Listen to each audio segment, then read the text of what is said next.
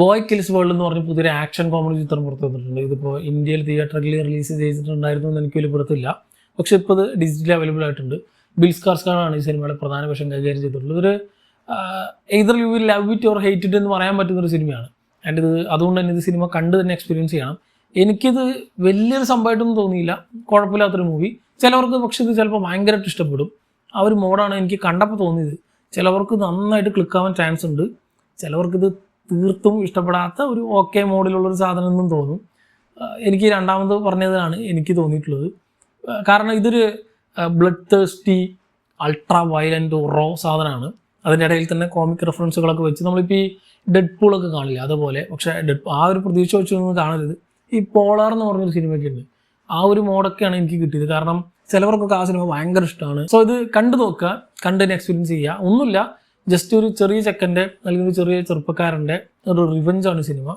So ചെറുപ്പത്തിലെ തൻ്റെ ഫാമിലിയെ മുഴുവൻ ഇല്ലാതാക്കിയ ഒരു ഗ്രൂപ്പ് ഓഫ് ഓർഗനൈസേഷനെതിരെ ഒരു ഡിസ്റ്റോപ്യൻ വേൾഡിൽ അല്ലെങ്കിൽ ഒരു ഫിക്ഷണൽ വേൾഡിൽ നടക്കുന്ന ഒരു കഥ.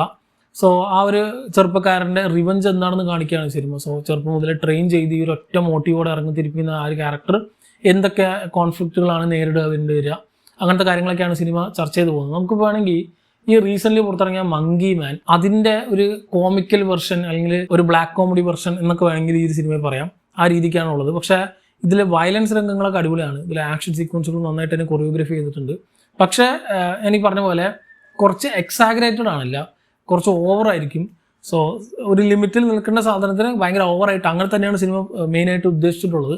ഭയങ്കര എക്സ്പ്രസീവാണ് സിനിമ അതുകൊണ്ട് തന്നെ. സോ അത് ചിലപ്പോൾ ചിലവർക്ക് എന്തിനാണ് ഇത്ര കാണിക്കേണ്ട ആവശ്യമുണ്ടോ എന്നുള്ളൊരു സാധനം തോന്നും. അതാണ് എനിക്ക് തോന്നിയിട്ടുള്ളത്. ചിലവർക്ക് ഭയങ്കരമായിട്ട് ഇഷ്ടമാവും. സോ കണ്ടു നോക്കാം. തന്നെ ഒരുപാട് നല്ല ക്യാമിയോ സാധനങ്ങളൊക്കെ ഉണ്ട്.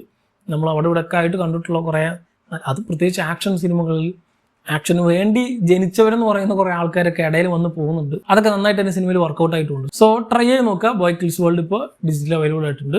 കണ്ടിട്ട് നിങ്ങൾക്ക് എന്താണ് തോന്നിയത്, ഇഷ്ടപ്പെട്ടോ ഇല്ലയോ എന്നുള്ളത് കമൻറ്റ് ചെയ്യുക താഴെ കമൻറ്റ് ബോക്സിൽ. മറ്റൊരു വീഡിയോയിലൂടെ വീണ്ടും കാണാം. നന്ദി.